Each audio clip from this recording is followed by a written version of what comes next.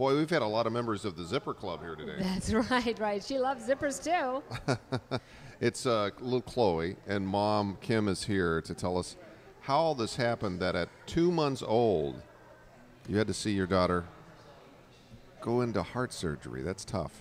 Yes, it was very tough, but we actually had planned for it. We were lucky enough to learn of Chloe's heart defect when I was 20 weeks pregnant. So we came under the care of Dr. Fleischman here at Arnold Palmer once we found that out, and we were then preparing for her heart surgery, which was scheduled for the first week that she was born. She was born on a Monday. It was scheduled for Friday, and it was during the pre-surgery screening that they found out that she had a bleed in her brain, and they had to postpone her surgery. So at that point, thankfully, she was doing well from a heart standpoint, but we had to wait in order to find out what was going on with the bleed in her brain, which was determined to be a stroke that she had had. So we didn't know whether it was in utero or after birth, but she had a stroke, so she was undergoing CT scans, MRIs, and all sorts of diagnostic tests.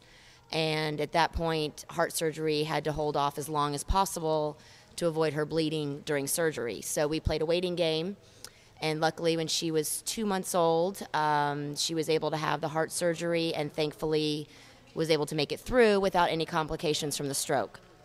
Now, you are saying, Kim, like you're putting your shopping list together. Obviously, this has become, for you, a business of keeping her healthy. However, I'm a mom. I know better. Because when you're a mom-to-be, you're thinking, what color is the nursery going to be? You're not thinking, let's prepare for heart surgery when you're 20 weeks pregnant. So then you find out she's had a stroke. What were you really thinking?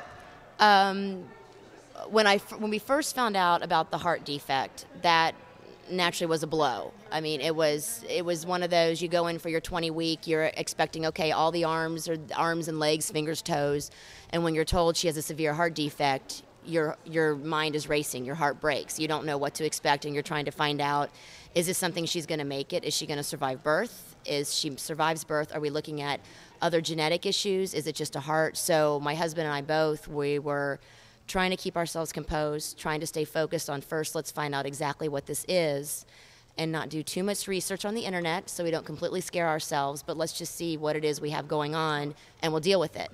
So we then, luckily, were within Dr. Fleischman's care within a week. So we got that under control. From there, you're under his care. We know what's going on. We know we have utmost confidence she's going to make it. So we're going through all that. We're getting ready for heart surgery. We're first of all expecting her to be born looking blue, and she comes out looking perfectly pink to us. So it doesn't even look like she's got anything wrong. And my husband, Chloe, has actually had treatment at 2 Children's Miracle Network hospitals, Arnold Palmer and Miami.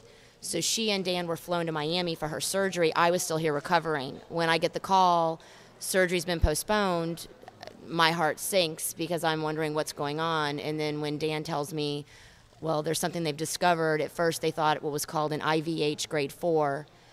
Sounds terrifying to me, and then I hear stroke. So then I'm thinking, is she going to survive? Because I've only had limited contact with her at that point in the ICU, and then she had to be flown to Miami, so I have no idea what to expect at that point. So I'm waiting to get down to Miami to find out, what do these CT scans show, what do these MRIs show, is she going to be able to walk, is she going to be able to talk, what's the function level? I have no idea. So again, it was stay focused, keep calm, let's find out what this is, and we'll deal with it again. Wow. Well, she's, 3.5 now? Yes. And she's a beautiful girl in her beautiful red dress here today. And what's the prognosis? More surgery, or she's just doing great? She's doing awesome right now. She has a minimal leak from her aortic valve. As long as it stays minimal in size, she's fine. She doesn't have to have any more surgeries. If it were to grow larger, then they would have to consider a surgery when she's a little bit older. But as of right now, she's monitored yearly, and everything's the same. As for from a neurological standpoint, she gets monitored every 6 months. She sees her neurologist, Dr. Kojic, here. She has her MRIs. As of right now, there's been no new strokes. There's no seizures, nothing like that. She continues. She has a little bit of very, very, very subtle, mild weakness on her right side that most people can't even notice. I don't know. She does every single thing that a 3.5-year-old does. She has no restrictions. She's not on any medications aside from allergy medicine.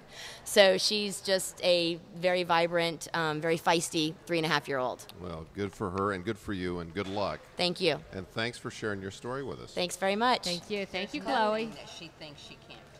There's nothing she grandma